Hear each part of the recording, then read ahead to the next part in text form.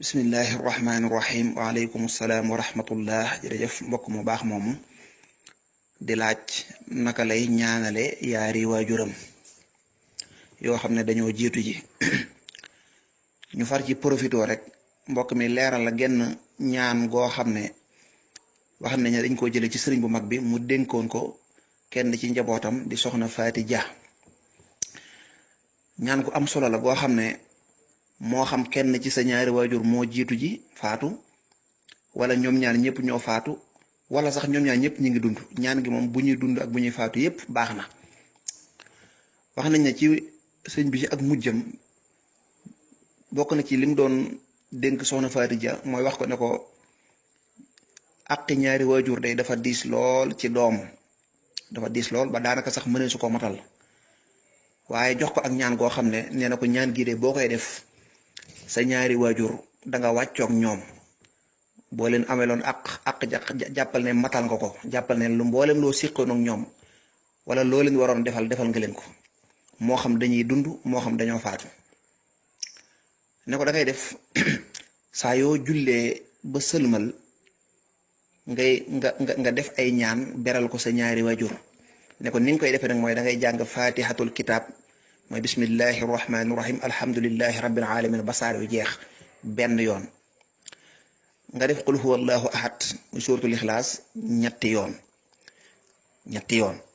nga def qul a'uuzu bi rabbil falaxi benn, qul a'uuzu bi rabbin naasi benn, ayatul kursi yu benn, tëjee ko salaatu ala nabi gooman.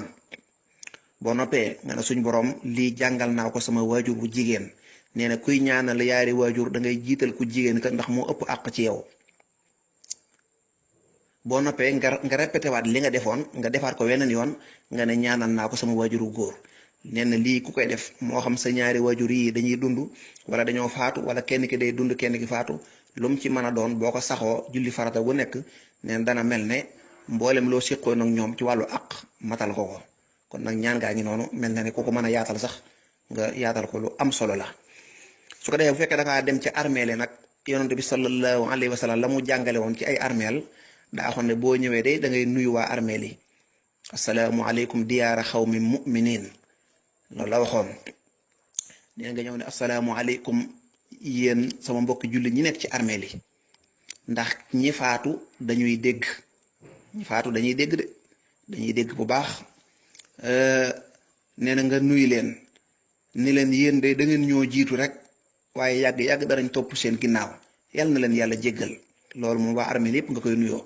boo demee ba war a ñaanal ki nga war a ñaanal nag moo xam ku mu mën a doon, su boobaa rek loo mën ci alxuraan nga jàng, loo mën ci salaatu ala nabi nga jàng. boo noppee yéene ko yool bi ne suñ borom lii ma jàng de maa ngi ñaan yool bi yàlla na nga ma ko defal addiyee diw mii, tudd ka nga xam ne moo fa nekk. boo noppee nga boole ci waa armée yépp daanaka mboolem ñi nga xam ne ñoo fi nekk ak mboolem jullit ñëpp. su ko defee rek noonu la, boo leen mënee jéggulul nga jéggul leen, boo leen mënee sàkkul maanaam xettal nga sàkkulu leen rek, loolu rek la. su ko defee ñaan gu njëkk yi nag moom baax na lool ci yaari waajur moo xam dañuy dund moo xam dunduñu wallahu taala